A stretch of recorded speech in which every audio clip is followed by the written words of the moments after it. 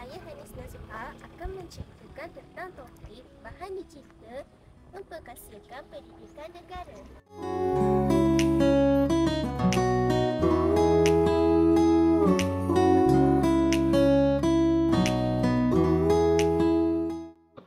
Pendidikan adalah asas pembangunan negara.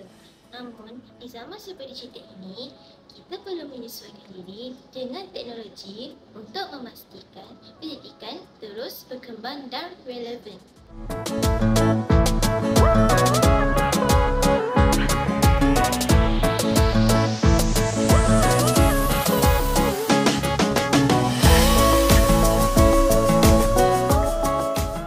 Bahan digital kini menjadi alat penting dalam memperkasakan pendidikan.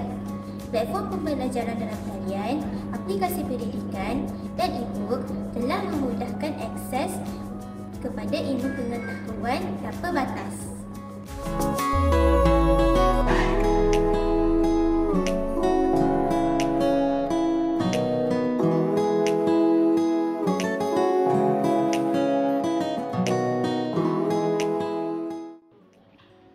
Dengan bahan digital, pelajar boleh belajar mengikut kemajuan mereka sendiri, mengakses sumber pembelajaran yang berbagai dan berinteraksi dengan cara lebih menarik.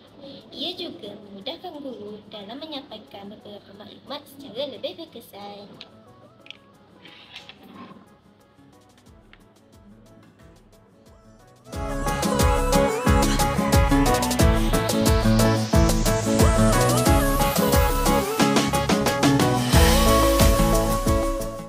Dengan bahan digital, kita memberi peluang yang lebih baik kepada generasi masa depan untuk terus maju dalam pendidikan.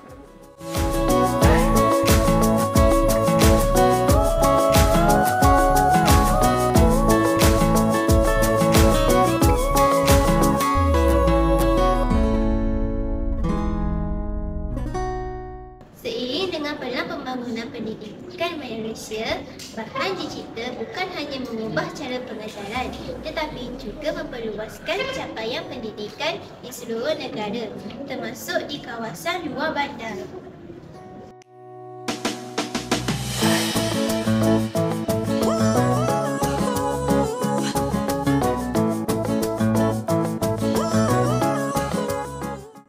Marilah kita memperkasakan pendidikan negara melalui teknologi yang semakin canggih.